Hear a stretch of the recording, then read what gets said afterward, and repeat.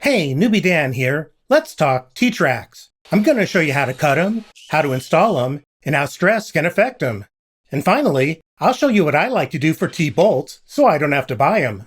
If that sounds interesting to you, stick around.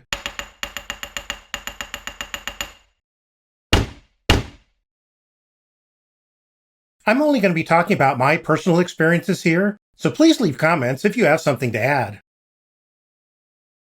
I use T-Tracks that are 3/4 of an inch wide, 3/8 of an inch thick, and made out of aluminum.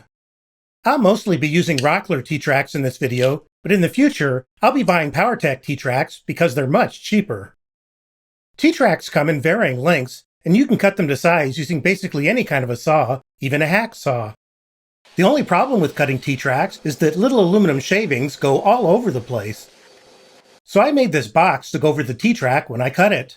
This is to remind me to run my saw stop in bypass mode. It's already saved me multiple times. The box has these notches that fit over the T-Track.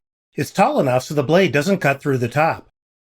When I get ready to cut the T-Track, I cover the top and ends of the T-Track with tape to keep the shavings inside the T-Track. I can't see the cut, but that doesn't bother me. I know how far to move the sled. But if you care, you can make the top out of something like plexiglass.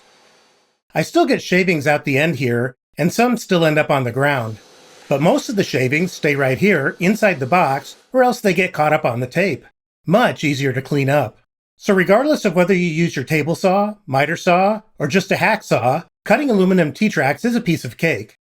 Messy cake, but still cake. To install a T-Track, we need to cut a dado 3/4 of an inch wide and 3/8 of an inch deep. There's lots of ways to cut dados. I'm going to use my router table, but after that, I'll take a shot at cutting a dado on my table saw using a normal blade. I'm going to cut 2 dados on my router table using a 3/4 inch bit. First, I set the fence to the proper distance. I do 3 passes, which might be overkill, taking off 1/8 of an inch each time. I use these router setup bars from Craig to set the height of my bit. First, 1/8 of an inch deep, then 1/4 inch, then 3/8 of an inch. I usually go just a tad deeper than 3/8 of an inch to make sure that the T-Track doesn't stick up above the top of the stock. I know a lot of you don't have a router table, so I'm going to take a stab at cutting a dado on my table saw using the normal blade I use all the time, which is a Diablo 50-tooth combination blade. I've never done this before, but I figure it can't be that hard.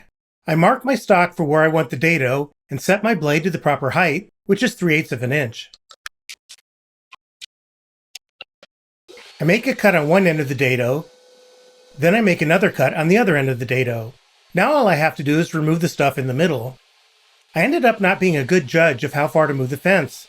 I could have cut off more each time, but I didn't, so it took me longer than necessary. But for a first attempt, it wasn't too bad.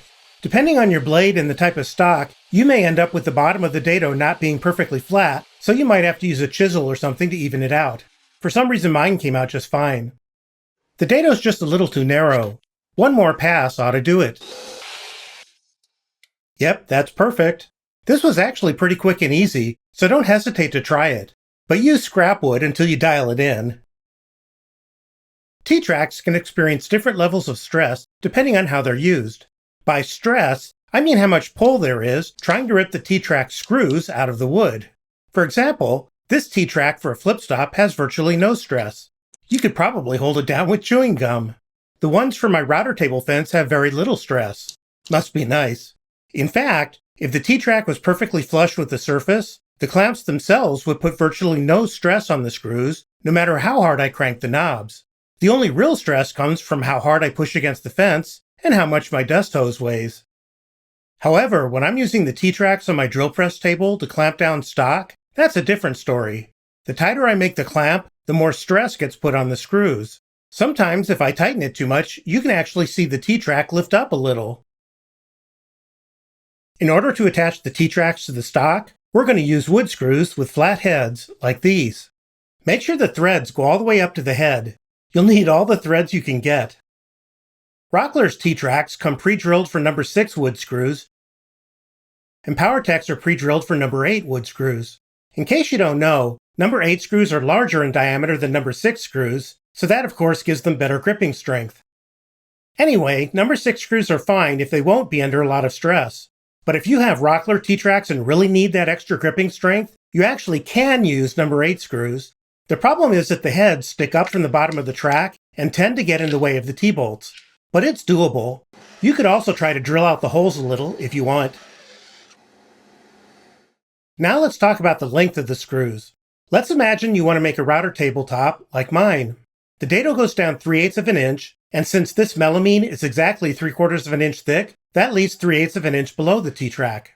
You could try to find a screw that short, but the problem is there'll only be a small amount of thread to hold the screw because the tip of the screw doesn't have much gripping power. So you could do what I did and use a longer screw, then cut off the excess. This way, the entire portion of the screw that's left will help hold down the T-track. But what if this was a drill press table instead of a router table, and the screws will be under a lot of stress? That's when you need to add a backing board, typically plywood. Now there's more wood for the screws to bite into, so you can use longer screws. Of course, the two different materials look kind of funny together, so you could put some edging on it. This is essentially what I did with this drill press table. Just don't forget that the edging may affect how long your T-tracks will need to be, so make this decision before you cut your T-tracks. Time to drill the pilot holes for the screws. I'm using a self-centering drill bit for this. I thought I needed to drive the screws in by hand so they wouldn't strip, but I learned pretty quickly that Baltic birch plywood is pretty tough. So now I'm using my drill. I made sure I had the clutch set correctly so I didn't strip anything.